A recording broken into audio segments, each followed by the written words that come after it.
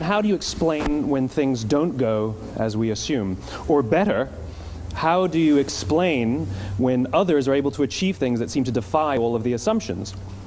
For example, why is Apple so innovative? Year after year after year after year, they're more innovative than all their competition. And yet, they're just a computer company. They're just like everyone else.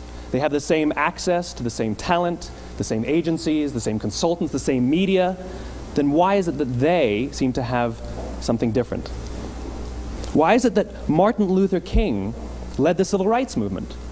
He wasn't the only man who suffered in a pre-civil rights America, and he certainly wasn't the only great orator of the day. Why him? And why is it that the Wright brothers were able to figure out controlled powered manned flight when there were certainly other teams who were better qualified, better funded, and they didn't achieve powered manned flight, and the Wright brothers beat them to it? There's something else at play here.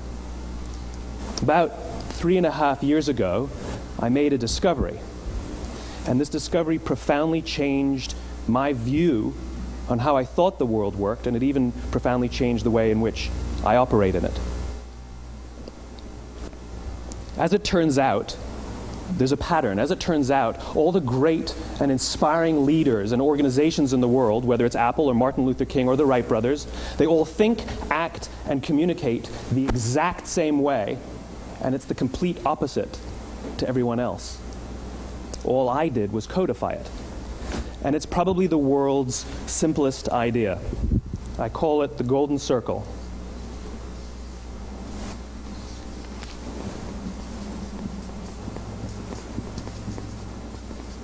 Why, how, what? This little idea explains why some organizations and some leaders are able to inspire where others aren't. Let me define the terms really quickly.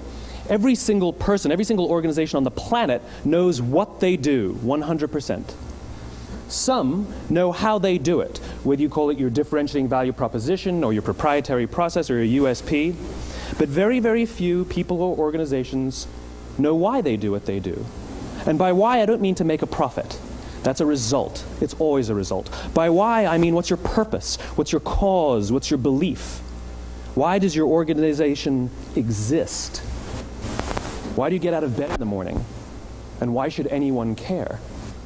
Well, as a result, the way we think, the way we act, the way we communicate is from the outside in. It's obvious. We go from the clearest thing to the fuzziest thing.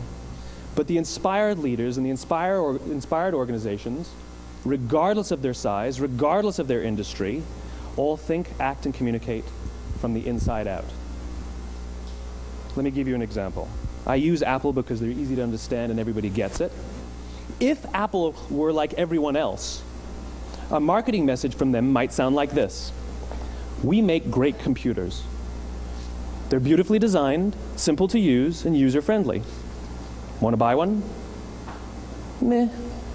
And that's how most of us communicate. That's how most marketing is done, that's how most sales is done, and that's how most of us communicate interpersonally. We say what we do, we say how we're different or how we're better, and we expect some sort of behavior, a purchase, a vote, something like that. Here's our new law firm. We have the best lawyers with the biggest clients. We have, we always perform for our clients, do business with us. Here's our new car. It gets great gas mileage. It has, leather seats. Buy our car. But it's uninspiring. Here's how Apple actually communicates. Everything we do, we believe in challenging the status quo. We believe in thinking differently. The way we challenge the status quo is by making our products beautifully designed, simple to use, and user-friendly. We just happen to make great computers. Want to buy one? Totally different, right? You're ready to buy a computer from me. All I did was reverse the order of the information. What it proves to us is that people don't buy what you do, people buy why you do it. People don't buy what you do, they buy why you do it. This explains why every single person in this room is perfectly comfortable buying a computer from Apple.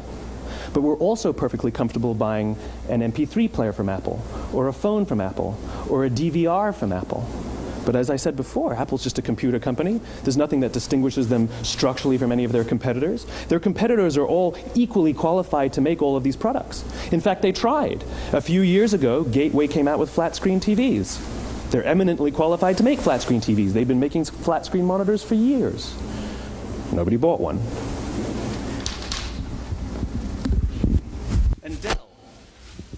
Dell came out with MP3 players and PDAs. And they make great quality products, and they can make perfectly well-designed products, and nobody bought one.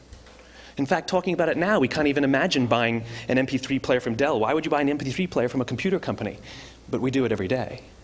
People don't buy what you do, they buy why you do it. The goal is not to do business with everybody who needs what you have. The goal is to do business with people who believe what you believe.